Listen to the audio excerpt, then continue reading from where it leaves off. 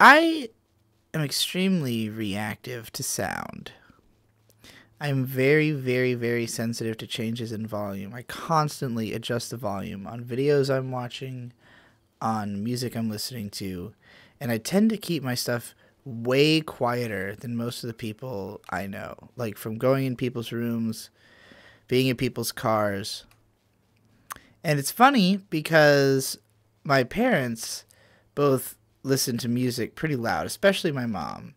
Maybe my dad not so much on his own time, but my mom blasts the music the loudest it possibly could be in her car. And I know it's partially because she's hard of hearing from having, gone to lots of concerts throughout her life and listened to her music that way for so long. I'm sure she has tinnitus. I mean, I've had, like, when I learned about tinnitus, like, I don't have it that badly compared to what it seems like some people do. You can have it on different levels, but, like, that effect where you hear, like, a ringing in your ears from time to time that just suddenly strikes, seems to be a symptom of that, and it wouldn't surprise me if I've had it just since I was young. Similarly to May, who has had it since she was young because she went to races as a kid with her dad. So, and, among other things. He also listens to loud metal in his car. It seems to be pretty common among Gen X parents to be somewhat hard of hearing.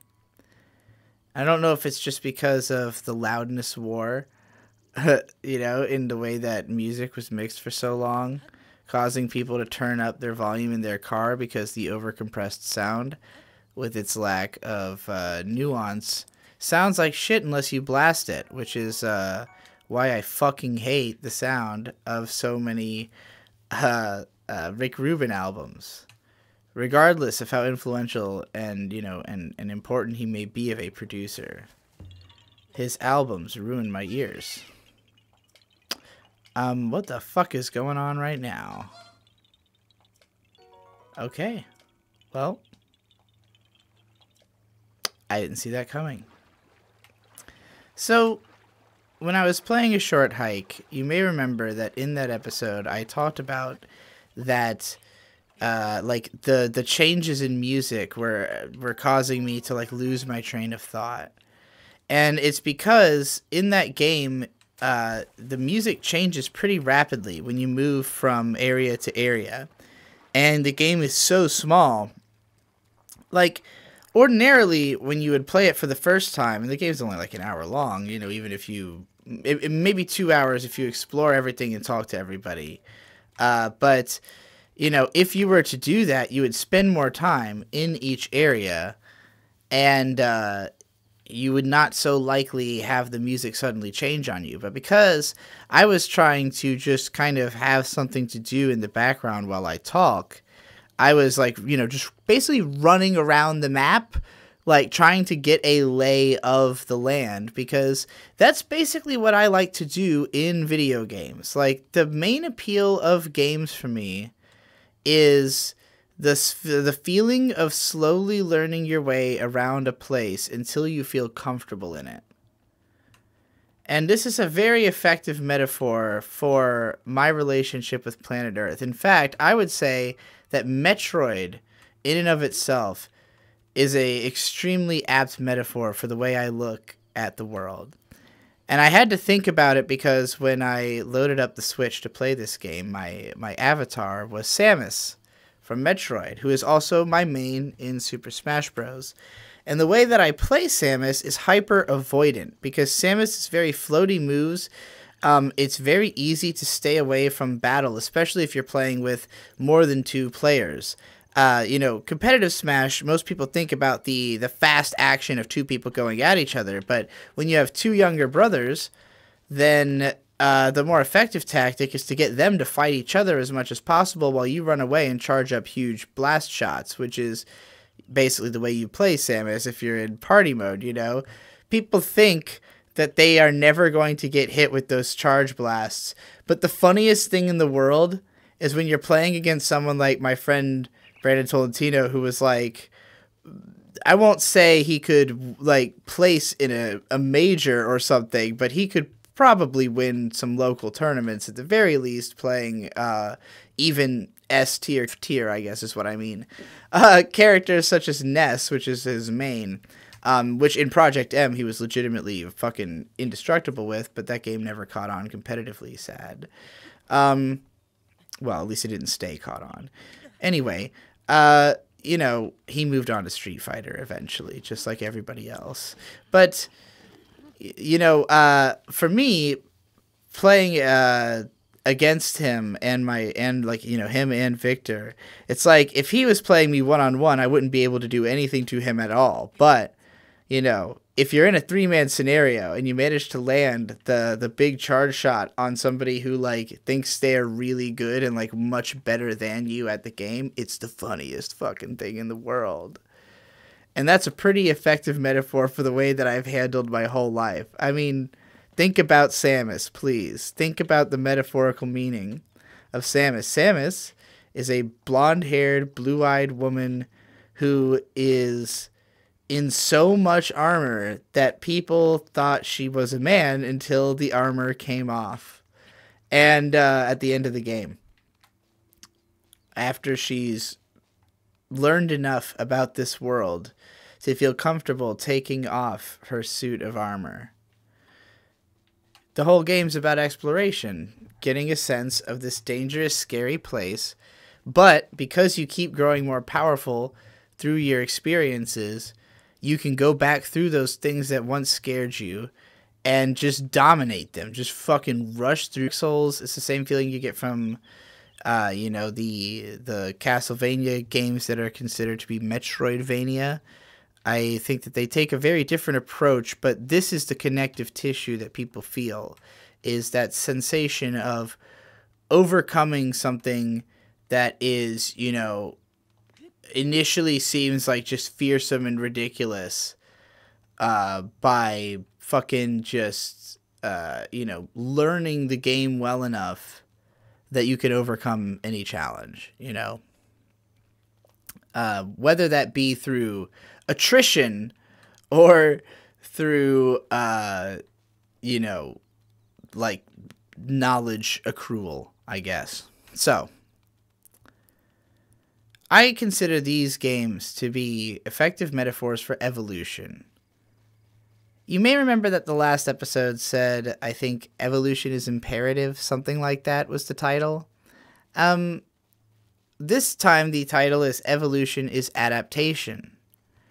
Because a lot of people, when they think of evolution in themselves, and they think about like personal growth, they think about setting a specific goal of like, this is who I want to be in the future. I want to be the person who made this, who wrote this book, the person who made this video game, the person who did whatever, you know. And you get hung up on that particular idea of yourself as like, this is how I'm going to evolve, is to be the person who will eventually do this, you know. But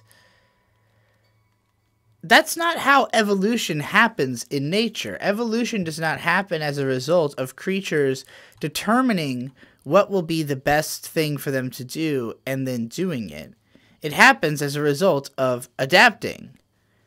It happens because when a population of any species reaches a certain size, then the resources in the location that they are inhabiting are no longer enough to accommodate for the number of that species that exist in that space. Ergo, the younger generation will go, because they are brave and bold and strong and young, and they are willing to fight for their own just as their parents did. They go out in search of, you know, accruing new land. And you know, they have the support of the former generations perhaps, or, you know, if I don't know, you know, if we're talking about animals, they probably don't need it. But, you know, they venture out, they spread as far as they can. And if they become overpopulated, it will correct itself, because if the animal runs out of resources to support the size of its population, eventually that population will die out as they no longer have resources to, to sustain themselves. This cycle of nature will just perpetuate itself. We don't have to do anything about it other than recognize where we can evolve. Because even though animals are usually not... Oh my god, I just jumped off the edge of the fucking planet, I guess. Even though animals are not necessarily cognizant of the evolution that they are undertaking, because it's happening, over generations, just in reaction to the environment that they're in, the more cognizant you are of what you can do, the more you can figure out, like, what will help you to adapt. Like, what environment should you be in, because whatever you are is needed there. You know what I mean? And humans have a unique ability to do that because we think about shit.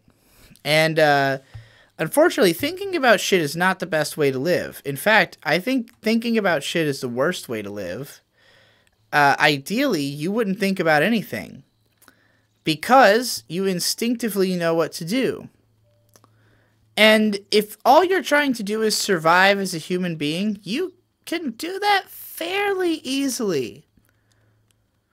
I learned this from watching the anime Arjuna, honestly, because there's an episode where, the first thing that happens to the main character after she is basically assigned to become a psychic, fucking Indian mythology themed magical girl who has to save planet Earth from its the toxicity at the hand of humans, by which we mean allow humanity to be destroyed by the Earth because it deserves it.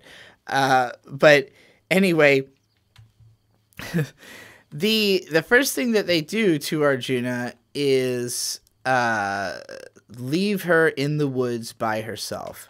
And she has this revelation as she's like starving and eating the wrong shit and throwing up, that like all the animals just know what to eat. And she's like, how do they know what to eat and I don't? Like, why would animals be better capable of surviving in this environment who have no fucking cognizant thought than I, a human being, can? And it's because we as human beings are out of touch with our instincts because of the structure of society. And this is suboptimal. Like, so I want to talk about the flow state, because I think that normies, in a way, are always in the flow state. And what the flow state is where, and this is just how it's defined, like literally in the dictionary, is when what you are doing, the task you are performing, is like just above your ability, or at least your perceived ability. And so you have to exceed what you had perceived to be your ability in order to accomplish the task. And it could be that this is just because of the speed you have to do it at. Like, not necessarily the complexity of the task, but like doing this thing, as fast as is needed. So like, for instance, when I worked at Target, I was usually in a flow state of mind because it was a very physically taxing job that we had to do really fast. Like, there was only enough time in our shift to get the amount of work done that we had to do, and even then, not always. So like, there was never a moment where you could just stand around and think. And like, I had thought, like, because, this is manual labor, like there's not much to it, that I would be able to just like in the back of my mind think about other things that, were more important to me. But usually I couldn't. Usually it took most of my focus to do the job, and my thoughts would just be scattered all over the place. And it was only during breaks that I could sit down and do some writing, work on video concept ideas. And then when I would get home, because at the time I was doing, My Little Pony videos already, like pretty early into me working there. I had to go into a completely different frame of mind to write and interact on the internet. And sometimes I just didn't have the energy for it, or I just like couldn't get out. Like, after being in that flow state all day, I was completely exhausted, because the important thing to understand about the flow state is that it pushes your body beyond its limits. Like, you are tasking your mind to overclock itself to basically flex. Like, it's the same as pumping a muscle. Your brain is it is just as your muscles need to be broken in order to grow stronger, so too does your brain. You learn new information by basically, pressing an impression into your mind, like creating that shape in your brain, and then reducing that shape to a size where it can stay there without losing too much of its original form. That's basically what a memory is. So you've got all these memories impressed onto your brain, and that is the formation of your knowledge. And you develop habits on the basis of the types of impressions that you've gotten and the ways that you've gotten impressions. If you are somebody who can read a statement, and because you understand it for the words that are used and the order that they are used in, that is what I consider to be lexical thinking. So, for instance, I get these comments all the time where people will say things like, hey, you should read this book by this guy that goes into the subject that you're talking about. And it will always be a title that is so foreboding to me that I already know I won't understand this book, because I've tried to read philosophy books. I've tried to read even just like textbooks. I am not very good at processing information by way of simply examining the definitions of the words and the order that they've been put in and thinking, oh, I understand that concept implicitly. Like, I am good at understanding concepts by seeing them happen, by actually witnessing that concept in action and then reverse engineering from witnessing it what I think happened. And this is a less precise way of gaining information. However, it is a way where the information leaves a much stronger emotional impression in your mind, for better or worse, because, you will have very intense opinions if you think this way. And most people think more like this. The human mind is inherently impressionistic. It's only that there are some people who just interpret things more easily through the systems of logic than others. And there are benefits to that, and there are detriments to that, And it's fascinating to me, after making my neurotyping chart, to think about the different ways that people fit into society on the basis of their neurotyping. Because, like, the obvious idea that people have of impressionistic thinking is like artists. But what I also think is gangsters. Because gangsters tend to be people who have based their lifestyle around very specific impressions of the world. And usually it is the result of abuse. That the more abused you have been throughout your life, the more you feel as though the world is a dangerous place that is out to hurt you, and you need to hurt it first. You might even get gratification out of hurting things because you were hurt and you feel, unrequited in that. And, this is common behavior, and people who have had to confront, their own tendencies or their own backgrounds will will recognize in themselves, like, yeah, okay, I'm imitating the behavior of the person who did this to me, because we only learn behaviors through other people, and the people closest to us are the people we learn the most behavior from. So, if your strongest impressions of how to be a human being came from somebody who is abusive, then that is core to your experience of what humanity is like. And so it's not that you inherently must become an abuser, and I think that most people who, try to deal with these feelings are the ones who might have the most difficulty confronting emotions in general, and have and maybe gain the most from a period of repression. But you can eventually, reclaim your own emotions and sort of navigate a way to feel as though you don't have to approach the world in the way that you have been to navigate it. And, like, for me, as somebody who spent so long in the closet, I've said to people that I'm very good at keeping myself in a superposition of believing that everything I hear is simultaneously completely true and completely untrue at the same time. Like, to me, it's like, if I hear something and it sounds believable to me, I see no reason to disbelieve it until I am presented with evidence to disbelieve it. But I also see no reason to believe it, considering that, like, I literally don't think that we can, like, consider any knowledge we have to have been verified. Like, people will talk about math and say, like, math is objective.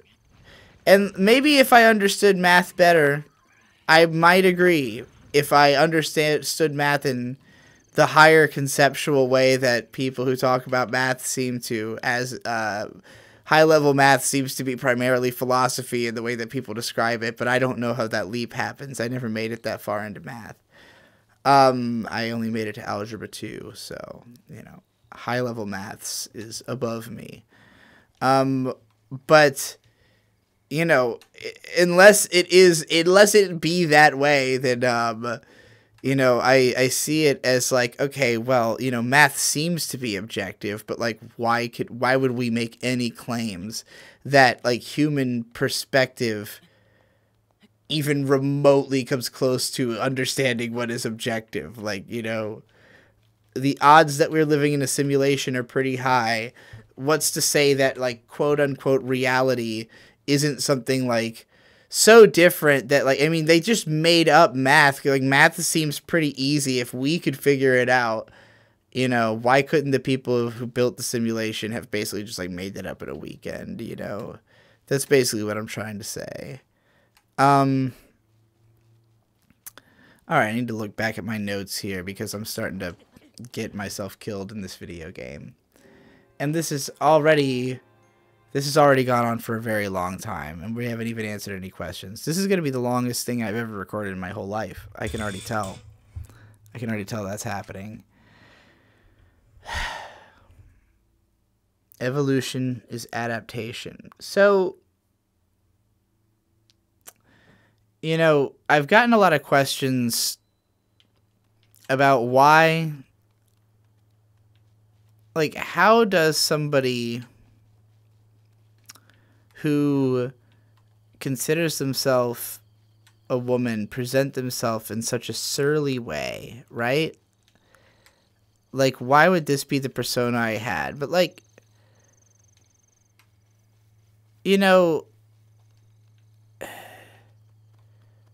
when you're afraid of the world, you put up a shield, right? Like, consider Dark Souls. Because it's the only metaphor I know. In that game, a lot of new players will play bulky. They'll wear heavy armor, they'll wear a heavy shield, and they'll spend 90 hours playing through this fucking video game. Because what they don't understand is that Dark Souls is easy. You just have to know how to play it. And the way to play it is to play it confidently. You have to believe that there is a strategy by which you can win easily, and then find it. And when you do, you'll realize that the game is easy. And I know that because I can beat them in 2 days, and I'm literally one of the worst video game players of all time. I have no hand-eye coordination. I have very slow reflexes. I am, like, at the top of my ability. I am worse than most of my friends. So, like, yeah, even though I've been playing games my whole life, but it's because the way I enjoy playing video games is I don't get as much out of the expressive side of video games as other people seem to, except in rare cases that I was never able to quite quantify until now. Because I look at somebody like Donkey, right, who plays this game, and he plays it like a fucking new type, where he's just doing crazy shit all the time, and, like, raining hell, and, like, exploring all these game systems. And, like, I think it's really cool that the game has all that stuff in it. But for me, like, the amount of time investment that it takes to, like, discover and set up these things is just not interesting to me, because I express myself creatively in other means other than video games, other than literally playing video games, you know? I mean, obviously Donkey compiles his gaming expressions into videos, and that's extremely worthwhile. And I'm kind of jealous, you know, because I think it's mega fucking cool. But I never figured out a way to, like, combine the way that I express myself with a video game. And, like, I've done tons and tons of Let's Plays because I am fascinated by the chemistry that people develop with a game. Like, I watched tons and tons of Game Grumps, and that show was about using games as a basis for comedy. And so when me and Vic started Digibros, I was essentially trying to mimic that. The videos were about the same length at first. But I'm not really geared towards comedy because, like, my sense of what's funny is largely, like, making obscure references or, you know, singing songs and shit that, like, most people don't know what the fuck I'm talking about, and it's kind of annoying. So, like, what people tend to engage with from me is long, unbroken rambling about topics of interest. And so Digibros became that, but it was difficult to play any video game that requires any level of concentration whatsoever while also holding a conversation cohesively. And usually what this led to, because Victor was playing the games, was that he would just, like, anytime he had to concentrate, completely lose track of what I was saying, and I would just ramble on, and that's what most of the show was. So when I tried to do Let's Plays by myself, I really struggled for years, literally until, like, now, to find a game that it would make sense to play while doing the kind of content that I do, which is just unstructured rambling. Because what I really came to appreciate through playing A Short Hike is how much you can do to match up the game experience to what you're saying. Like, so I've set, like, audio to game footage plenty of times. Like, for instance, the Sword Art Online video, right? It was the first time where famously it's like this footage of me playing Terra Online set to this game. And I've actually watched that video several times, and I've had a bunch of commenters that told me the same, especially Devu, because of the fact that the way I orchestrated that was I start off in a town, and then I go on this adventure to try to climb outside of the game world so that I can see this giant sky whale, which is something that I had done before and chronicled on my blog in a post that had gotten a bunch of attention from, like, the Terra subreddit at the time, right? So I was, like, recreating this journey I'd done before in this video. But at the end, I then, like, venture to the highest level area, fight this, like, huge, ridiculous enemy, and get my ass kicked and die. And I die right precisely at the end of the video. Now, there's one edit that I had to make to cut out, like, 20 seconds in order to make it perfectly timed that I die at the end. But it was during a part where I have a menu open, so you would not notice. You'd have to be really fucking paying attention to basically know it was there. So the video, in spite of the fact that I rendered it in a way where it turns to just pixelated gunk for most of it, it has a weirdly compelling flow to it. And there's moments where it just naturally matches with what I'm saying because of the fact that the video is written in parts and the adventure itself is kind of taken in parts, in chunks. And like, you know, because of the fact that each one is kind of changing slowly over the course of it, it keeps it so both experiences, audio and visual, there's never so much tension that it becomes like difficult to both watch it and listen to it. So I've watched it more than once, in spite of the fact that it's just literally incidental game footage that is only connected in that it's about an MMORPG. I mean, you could maybe read analytically into it if you wanted to, but there's no intent there, you know? Not that I think that that would be the most interesting way to talk about it in the first place, but, you know, when it came to recording a short hike, there was intent. Because I had made an attempt, I made more than one attempt at recording before I actually committed to the one that you ended up hearing. Because I was trying out different voices, because I've been completely self-conscious about my voice and trying to figure out what I want to do. I hate starting off these podcasts in a high pitch and then suddenly going into a low pitch. And then, you know, it's like, it's just not easy to it's literally like my voice gets worn out in different parts of my throat from talking too much. Anyway, literally on bullet point number 1, it says I've been recording for 53 minutes. I don't know how much of that was before I started talking, because I spent a lot of time on setup for this episode. You know, playing that game, I discovered before I started the recording the fact that listening to the music would like changes in music would change my mindset, and also that there were certain areas that would match certain things that I wanted to talk about in tone. So like people pointing out that things like that happen in the video, it's like there was some level of premeditation there. And the fact that like I summit the mountain and watch the cutscene right at the end of making my point, it's not so much that like I knew that this was going to happen in some way, as that, like, I was reaching the summit of the mountain, so I found a very, like, finalizing way to make my, you know, to round out what I was saying so I could watch this cutscene, because I knew it would be really cool for dramatic effect, you know? So it's like, there's an element of serendipity, there's an element of discovery, because, like, as I've been playing this game, I've been just trying to figure out, like, what are the borders of what I can do before I have to actually talk to anybody. Like, up here, it's all icy, and when I go up there, my health bar starts depleting. And I know I can make some progress into that area, but it would be high stress. So I know there's a guy I have to talk to continue the narrative, but I'm just like, how much ground can I cover? I don't want to fight any enemies, because that'll take more concentration. So it's like, how much space is there for me to explore this idea before I have already run around this area enough that it is no longer visually interesting, and therefore I am no longer interested in continuing this idea.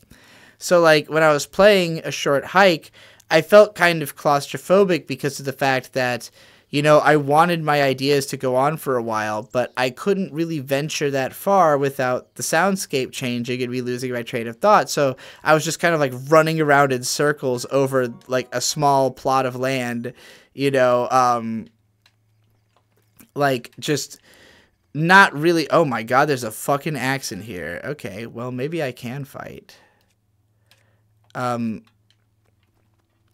Yeah, like, I wasn't really all that, like, see, this is what happens. Like, I literally, there was just 2 pop-up windows of, like, and I completely lost what I was trying to say. That's what I mean when I say that, like, I'm very reactive to what's going on, but as long as I can just navigate a space, it's like I will let the idea that I am saying last as long as my attention span in that space. And like, you can see this as well in the Wind Waker video, where for the first like 15 minutes, I'm running back and forth around the island, and it's because I couldn't figure out what to do, other than to go into a house. So I just kind of keep talking about the first thing that I had on my mind, as I run around that area because, like, I am, like, not ready to move on until finally, like, when I've run out the idea, I go into the house, the music changes, there's a short pause, and I then, like, start reading a question, So, likewise, in this game, because it literally took me so long to reach a point where I had to, like, change the environment, I basically just kept talking about the same train of thought, letting it go for so fucking long that this could not possibly be an episode of Befriending the Internet anymore. So I never said, I don't think, what you were listening to in this episode, but it was intended to be the next episode of Befriending the Internet. It's only at this moment that I decided this is the first episode of Scraps. Because my intentions going forward with my channel is to make what type of content I'm doing very clear. Like, people, I think the biggest problem that people have with my stuff is that it's not evident what you're going to get and when. Like, what am I trying to do? People have complained to me about things like, seeing the title of a video, thinking it's going to be an analysis video, it turns out to be a vlog. It's frustrating. And I understand that. And obviously I was, like, doing clickbait because of the fact that I want people to give the vlogs a chance. Like, my mentality towards my channel has always been cast a wide net and then narrow it down to the people who will care. But the problem is that the people who care because of the thing they came for, And, like, sure, some of them will stick around, but the one, like, when they come to care about a different type of content maybe that you're doing, but, like, the ones who are there for the thing that you did that was the wide net, they are going to run away if the next thing is not what they like. And that's fine. I am trying to whittle it down, but the people who are already sticking around, who are there for the deeper content, are not interested in the stuff that is made to cast a wide net. And I've always oscillated between these two extremes because I did not know exactly who I wanted to be. I couldn't commit to a character because of the fact that I don't know exactly who I am. And the reason I couldn't acknowledge who I am is that I was denying parts of myself that would reveal, like, who I want to be in my heart. And I've come to realize that now. A large part of it is because I made this fucking, aside from coming out and all that, but, like, I made this chart of all the characters in anime that I considered to be my biggest influences, like the people who I considered role models, then the people who I, like, look at as like romantic interests, people I look at as friends and family, the characters I look at as, like, children I would want to raise myself or, like, teach or mentor, and then characters who are just basically just like me, as I have been up to this point. And the characters who are just like me are all characters who have been dealing with this same sort of bifurcation in that, like, they're all people who want to be helpful. Like, their desire is to be kind-hearted individuals who guide others towards self-betterment in some way. They want to be emotional helpers. Like the magical girls, that was what basically the thesis of that video was, is, like, the magical girl is a protector of emotional reality. So, like, I want to be a magical girl. That is the type of person that I want to be. And it is a very traditionally feminine role, which is why it is presented as a magical girl in Japan, where Japan is a very rigid and lexical culture. Everything is supposed to be in its right place. The nail that sticks out gets hammered down. I think they're probably one of the more lexical cultures on Earth, at least by their own thinking. Obviously, they are not literally a hyperlogical culture, but that's what they try to be. England is similar. And like growing up, it was easier for me to relate to the humor of Japan and England because it is the humor of repression. Like the joke is the repression. And I think this is what a lot of Americans don't get about the humor from both of those countries, is that it's all about knowing something that you won't say out loud. And I mean, like, if you had to ask me for like the core British humor experience, you know, watching the old Hitchhiker's Guide to the Galaxy show, where there's the whole episode about how middle managers are just the worst people in the world. Like literally in the not as in my neurotyping chart, as in literally in the show, the people are middle managers, and it's just slagging on them. And like that is kind of the core thesis of the series, is like people who are hung up on the logic and the rules are literally what is weighing the world down. And I don't necessarily disagree with that, even though I think that, you know, logical people in their right place are necessary, you know?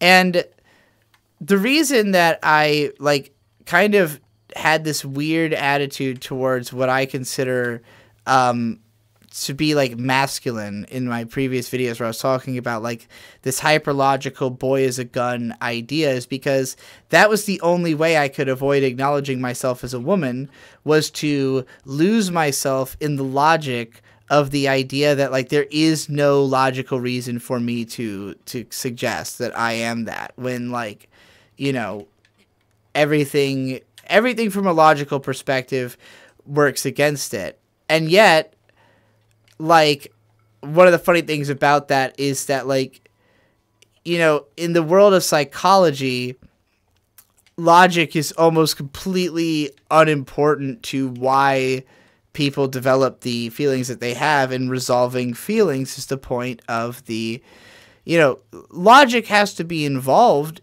but the system of logic, is not that you are following logic within the system, if that makes sense. It's like, to move through one of my other notes, everybody is pretty much the same. Like, there's been a bunch of comments on these videos that are like, I'm just like you. Yeah, everybody is just like me. We're all trying to do the same fucking thing. However, based on whatever place we live in and genealogy we have and parents we have and people we grew up with, that exact same experience resembles something different because there are all these specific ways that we had it. But like, when you repair all those elements, you get back to the same human being. Like, again, the same instincts. Like, if we're all operating on pure instinct, we're all trying to be something very similar. You know, like what exact foods you need to eat changes depending on what area you are from and what blood type you have. But like, you know, you have to figure out what is the circumstance that allows you to operate on pure instinct. And this is most difficult in America because of the fact that the Native Americans were people who were capable of operating on pure instinct in America. I mean, I guess some of them probably still are, but it's not an easy thing to do in the modern society that we've built. And most people are only able to do it by repressing some element of their emotions so that they, you know, they can continue to operate on instinct without having to think about shit too hard. But because of that emotional repression, they cannot experience emotionality in a fulfilling enough way to process emotions and move past them. And that's why you end up needing drugs and alcohol. That's why you feel like you can't get to sleep at night, because you're not ready to move on. Like, you haven't been able to process these things because you haven't gotten through the emotions, because you haven't understood the emotions completely. And you can't understand the emotions completely because you haven't had enough emotional experiences to understand how to deal with emotions. How do you have emotional experiences? You have to put yourself in the crossfires of emotional experiences. How do you do that? Well, it's pretty hard to do if you limit the amount of things that you see with your eyes. The reason I'm able to play this video game and talk at the same time effectively is that even though the graphics are decent, there's not that much to take in visually compared to, say, going outside and looking at real trees. Like the amount of detail that you see if you step outside and look up in a area with lots of trees and the wind is blowing even slightly, the amount of moving leaves, the amount of emotion expressed by the earth in that moment is paralyzing if you are not prepared for it. This is why it is so much easier to breathe in the outdoors. You feel the expansion. You can feel the emotions of the world itself. It's why it's scary when you're in a thunderstorm. It's these emotional experiences. Once you learn to conquer the fears, the fear and the loathing that you feel inside from those emotional experiences that have had an impact on you, when you learn to not be afraid, that is when you are able to move on and feel as though you can comfortably enter the flow state again. This is what was said in Homesteading the Noosphere. With great programmers, you just need to give them their heads and let them do what they need to do. Don't set deadlines. Don't tell them what they got to do. Just leave them in their own space and they'll fucking do great shit because they literally have their needs met. People want to be in the flow state. They want to be in a state where they are constantly pushing themselves to reach the next level in some way because it's gratifying, because your brain is designed to make that process happen because it will enhance your ability to evolve. It will enhance your ability to adapt to the environment that you are living in, and therefore you will become more powerful, and your powerful genes will be passed on, and therefore your children will already have more of the powers to live in that environment than you had before. This is the instinct driving you as a human. What is this all in service of? Who the fuck knows? Maybe we are all a hive I personally think that the universe is a conscious entity that is itself trying to figure out how to get past causality. That causality is the farthest thing that we can imagine as a rule of the universe, and that the universe is trying to break that rule.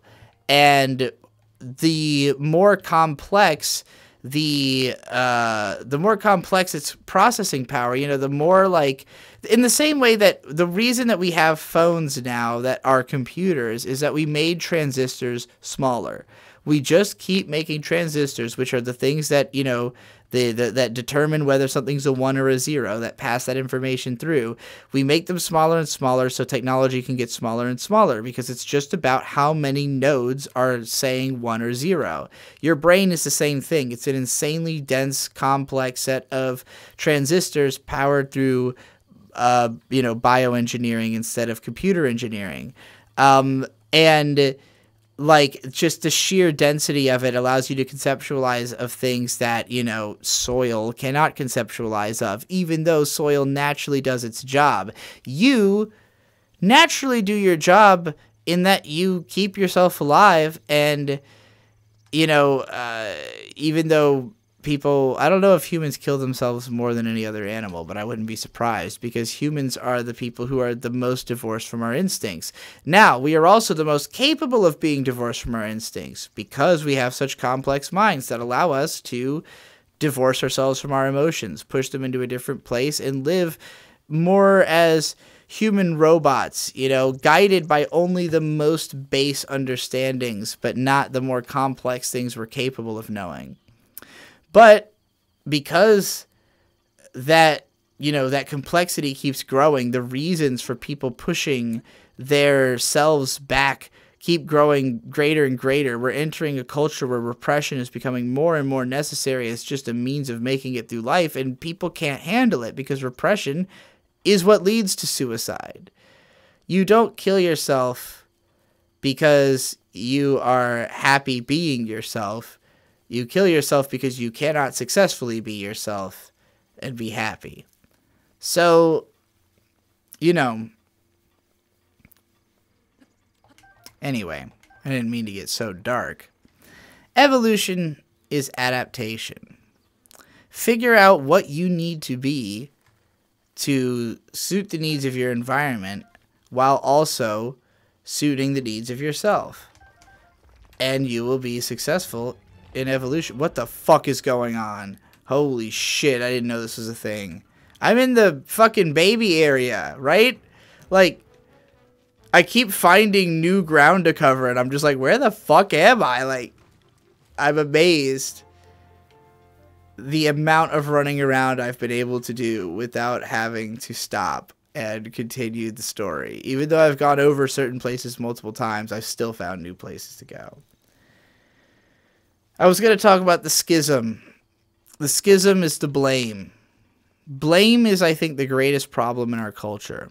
Blame is what spurs the need for vengeance, and vengeance begets vengeance. We all know this. If you've seen any story about vengeance, you know about it.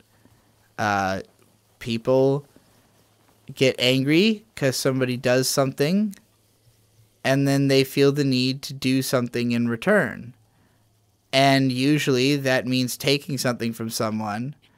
And because everybody in this world is densely interconnected, anytime you take anything from somebody, you're taking something from more than just that person. And so you need to be as sure as possible that the person you're taking from reciprocates the feeling of a fair trade, you know, because otherwise they're going to try to get theirs. And that's how vengeance works. So point the finger, blame the other. That is how vengeance happens. But a lot of us also take vengeance on ourselves. We think, oh, I fucked up, so I need to suffer the consequences of having fucked up. And there is no reason that anybody needs to be blamed for anything ever. Now, some people might need to be killed for things sometimes because they cannot be allowed to live or they are a direct threat to your safety in that moment. But that doesn't mean they have to be blamed, because who can be blamed for anything that they do? We live in a causal universe. It is inherently deterministic. You may be making decisions based on, you know, like the encounters that you're having. But like, if you're having any thoughts right now as a result of this video, I did that to you on some level. Now, your ability to have the thoughts that you particularly are having is dependent on you and your experiences, but it's not dependent on you making a decision to have those thoughts. It's depending on you having become the person you are.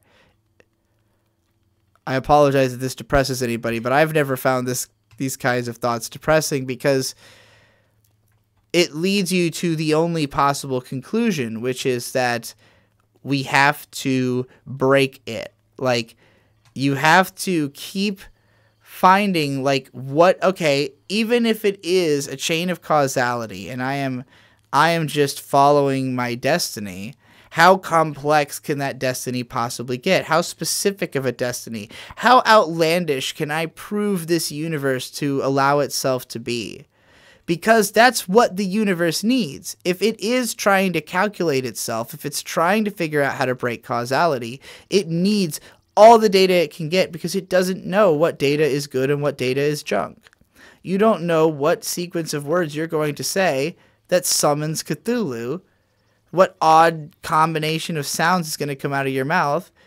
And if you're not willing to make every odd combination of sounds that you can think of, then you're not cracking as many codes as you could be cracking, which is why there is, you know, now a movement of people like Kanye West and other weird new types saying words are the lowest form of communication and just beeping at shit, which is already what music is. So you don't necessarily need to do it in polite conversation. But, you know, I think that the schism is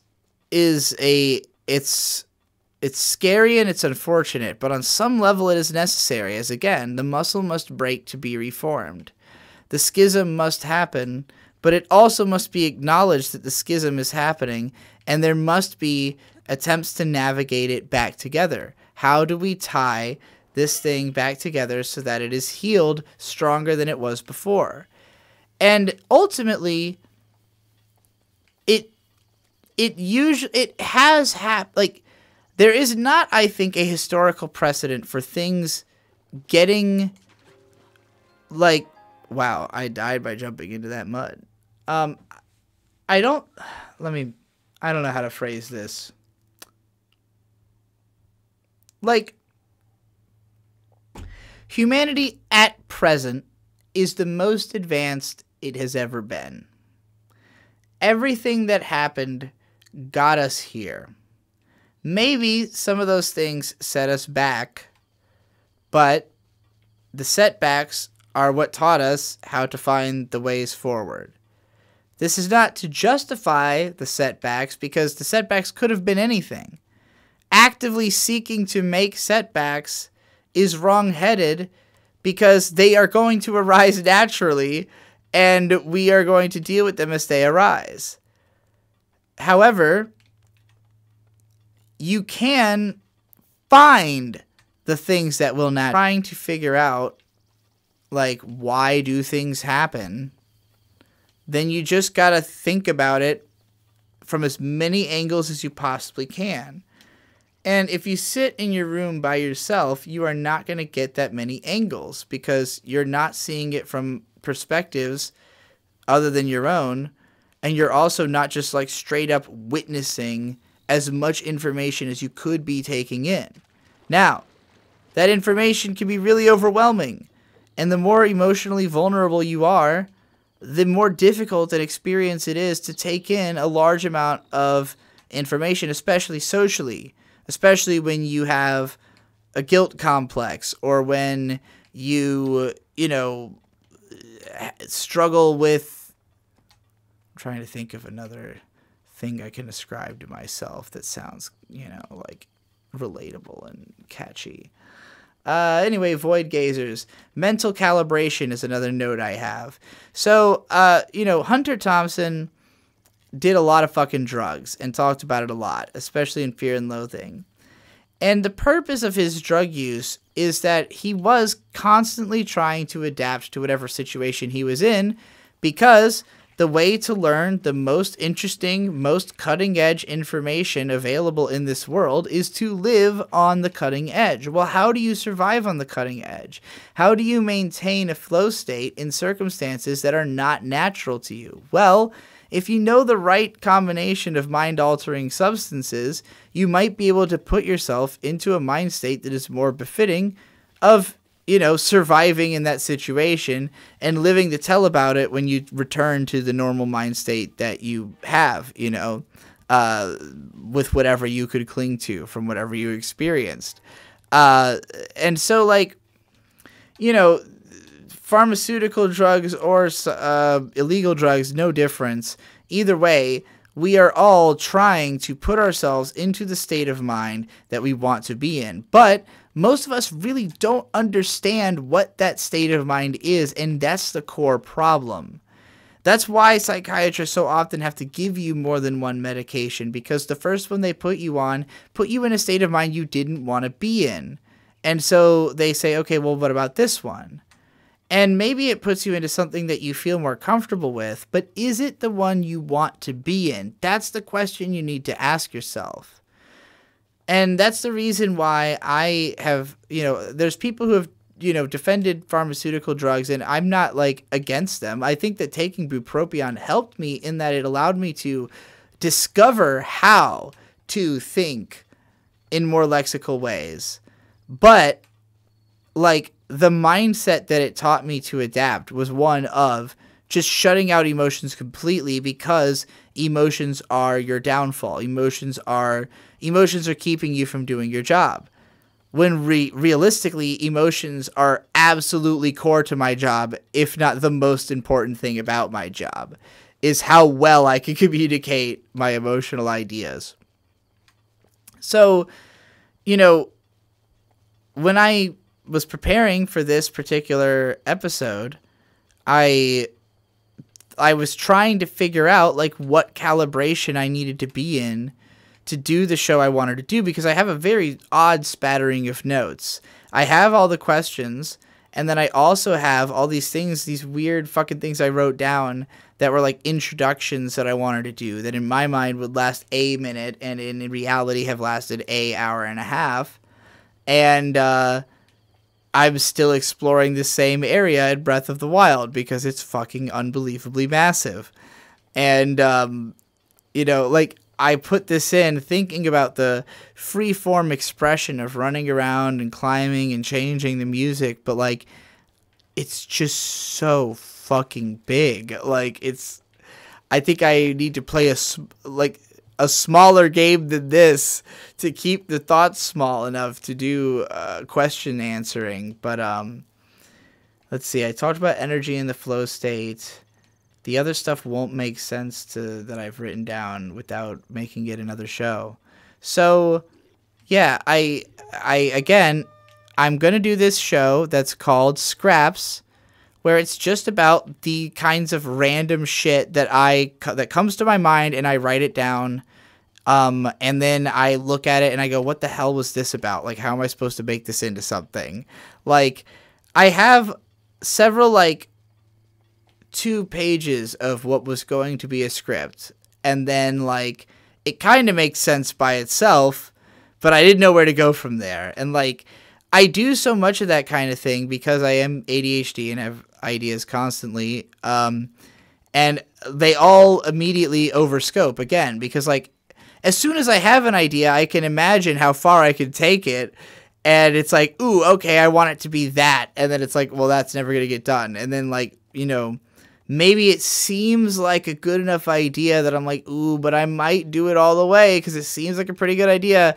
And then after writing the first 3 pages, I'm like, actually, this will take a week. Like, actually, you know what we're doing. So, like, any kind of stuff I have like that that's sitting around, I will read some of those scripts on episodes of this. I will also just talk about subjects that have been on my mind, such as these ones that I talked about here.